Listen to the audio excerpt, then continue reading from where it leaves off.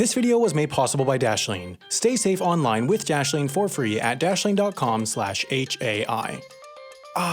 Islands. They're the bread and butter of what we talk about on Half as Interesting when we're not really sure what else to talk about. Well, that and strange borders, so what if we took islands and border disputes and put them together?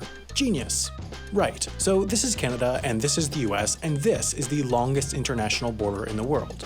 This line was drawn in a time when we didn't have crazy things like GPS and foresight, so rather amazingly, the entire US-Canada border up to here was originally defined by the 516 words in Article 2 of the 1783 Treaty of Paris that just described it. As a point of comparison, it takes more words for this toaster's owner's manual to describe how to make toast than it does for this treaty to define the US-Canada border. This whole bit of the border, for example, was originally defined by the words, "that angle which is formed by a line drawn due north from the source of the St. Croix River to the Highlands."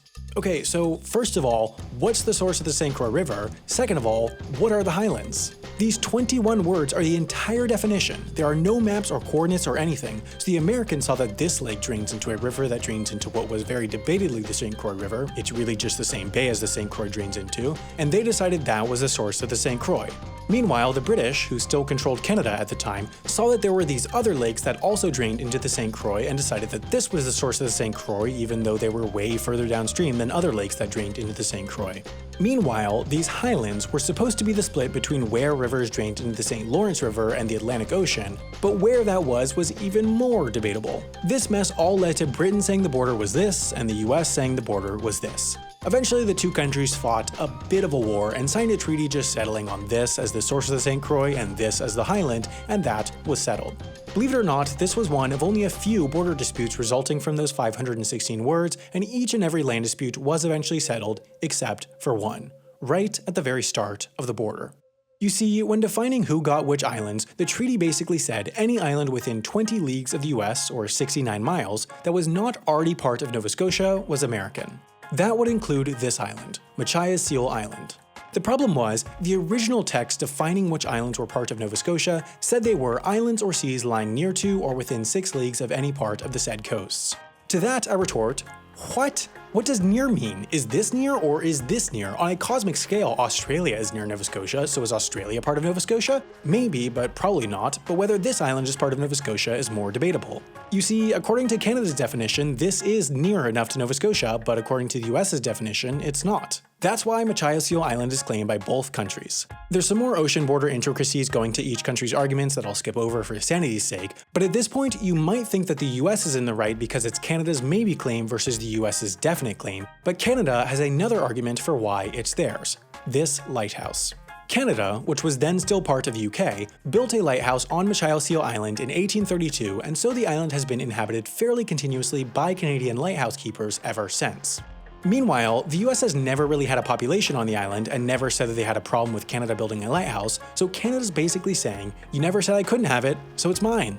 Believe it or not, that's a valid and accepted argument under international law in border disputes, but then according to the US, according to even more complicated international law garbage, lighthouses are not manifestations of sovereignty since they are navigational aids rather than actual settlements. That leads to today, where the island might be part of Canada and might be part of the US. Rather tellingly, the lighthouse has actually been automated, meaning no lighthouse keepers are needed, but 2 still remain on the island. Unlike most lighthouse keepers, who are paid by the Coast Guard, the Machias Seal Island keepers are paid by Canada's Department of Global Affairs, as their whole purpose is to sit around on Machias Seal Island to claim sovereignty. Since water sovereignty is based on land sovereignty, the big consequence of this dispute is that nobody's really sure who owns the waters around Machias Seal Island. The area has tons of valuable lobster, and the lack of regulation stemming from nobody being sure whose area this is has led to widespread overfishing, and so Canada's lobstermen get mad about the Americans taking their catch and vice versa. Despite the dispute, boats from both the US and Canada regularly visit the island with no problems or border controls, so it's almost effectively in 2 countries at once. For now, Ottawa and DC are little interested in souring their otherwise solid relationship for a little rocky island, so both countries maintain that Machias Seal Island is theirs without doing anything to stop the other country from doing what they want with it, and it remains as the only bit of land that might be part of Canada and might be part of the US.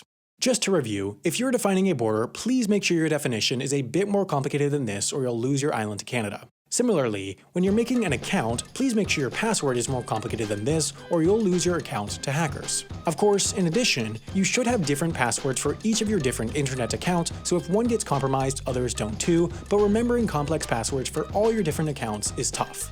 Unless you have Dashlane. Dashlane generates super secure passwords for you, stores them in one super secure place, and autofills them on your devices when you go to log in so you stay safe on the internet. The best thing is, that's free at dashlane.com/HAI, but if you want to get all their premium features like a VPN, syncing across devices, and dark web monitoring, you can use the code HAI to get 10% off upgrading to premium.